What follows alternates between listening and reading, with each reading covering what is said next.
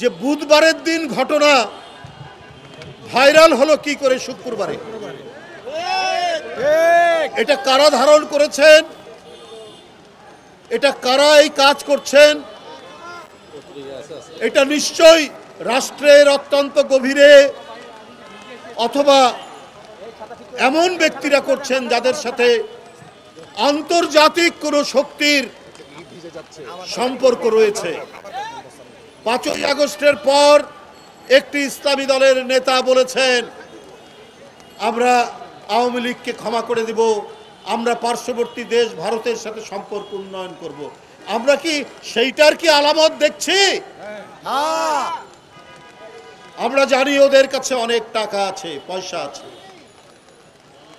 আপনারা কোথায় কি করছেন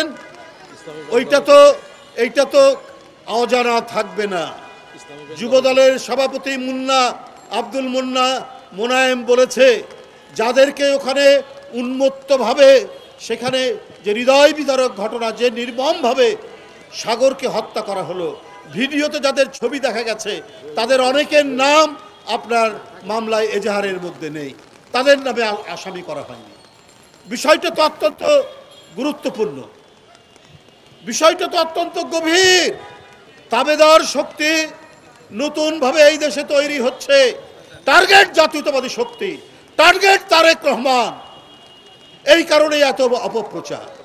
আমরা যদি দেখতাম এই ঘটনায় বিএনপি নির্বিকার, বিএনপির ভারপ্রাপ্ত চেয়ারম্যান তিনি চুপচাপ, কিন্তু ঘটনার সময় থেকে তার নিন্দা, তার প্রতিবাদ এবং আসামিদেরকে ধরার জন্য তার যে আকুলতা, তার যে নির্দেশ, আমরা প্রতি মুহূর্তে প্রতি সময়ে আমরা সেটা দেখছি। এইটা তার টার্গেট হওয়ার কারণ কি জানেন? তার টার্গেট হওয়ার কারণ যে 10,000 মাইল দূর থেকে তিনি আজকে 5-6 বছর, তিনি যেদিন থেকে ভারপ্রাপ্ত চেয়ারম্যান, এই দেশের সাধারণ মানুষকে সংগঠিত করেছে। গ্রামাঞ্চল থেকে শহর, শহর থেকে জাতীয় পর্যায় পর্যন্ত মানুষকে এদেশের সাধারণ মানুষকে তিনি সংগঠিত করেছেন।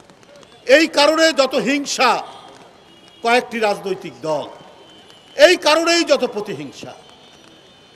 বন্ধুরা আমার, এদেশের বিশাল ইসলামী জনগোষ্ঠী, মুসলিম জনগোষ্ঠীর একটা বিরাট সমর্থন বিএনপির প্রতি। কারণ বিএনপির ওই যে আগেই বললাম তাদের যে অবদান, এইটিকে খণ্ডিত করার জন্য একটি আন্তর্জাতিক চক্রান্ত তো রয়েছেই।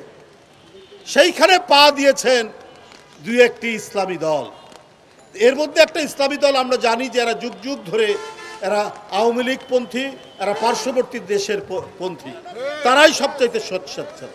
এরাই ইউটিউবে বিভিন্ন ঘটনা এবং প্রোপাগান্ডা চালাচ্ছে, এরা বিভিন্ন কন্টেন্ট ক্রিয়েট করছে এবং ক্রিয়েট করে তারা ছাড়াচ্ছে। এবং কারা করছেন, কারা ফেসবুকে দিচ্ছেন, তাদের পরিচয় তো আমরা জানি। তারা কোন ইসলামী সংগঠনের ধারক বাহক।